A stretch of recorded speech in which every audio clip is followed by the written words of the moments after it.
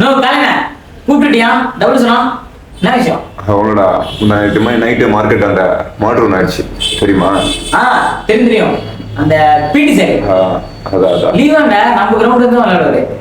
அவளையும் போட்டேன்னு தெரியல. சரி அதை விடு. நோ தெரியுமா ஏரியால நீ தான் போட்டேன்னு அசம்ஸ்லாம் பேசிக்கிறாங்க. நான் சொல்லிட்டேன் கல்யாணம்லாம் அப்படிலாம் கிடையாதுன்னு இப்பெல்லாம். அது என்ன அமைதியா இருக்கா?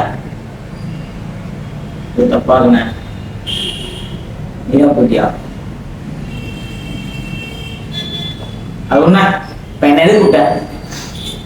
அவ்வளோடா வைக்கலான்ட்டு பேசிட்டேன். பசங்க என்ன சண்டரான கேஸை க்ளோஸ் பண்ணிட்டு போலீஸ்காரங்க சொல்லிட்டாங்களா?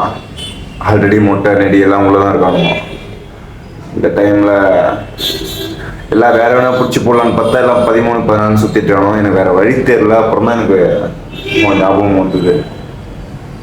ஏய் அப்படி பார்க்காதா, நீ ஒன்றும் கவலைப்படாத. அக்டோபர் வந்தால் தான் 18, அதுக்குள்ளே வெளில வந்துடலாம். அண்ணா பார்த்துக்கிறேன் எல்லாத்தையும்.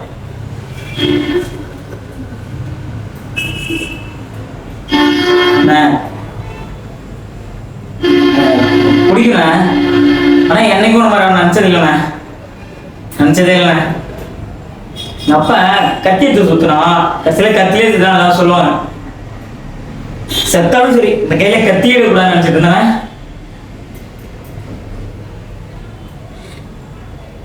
நான் நினைக்கிறேன் எதுவுமே பண்ணாம கேஸ் அவங்க போறல.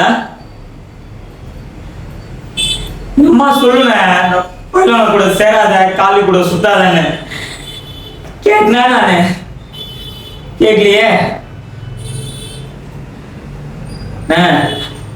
நேற்று எங்க அம்மா ஒரு ஷூ வாங்கிட்டு வந்துச்சுன்னா அடுத்த மாசம் மேட்ச் கூட அதான் போட்டு அல்லான்னு இருந்தேன். எல்லாம் போச்சு இல்ல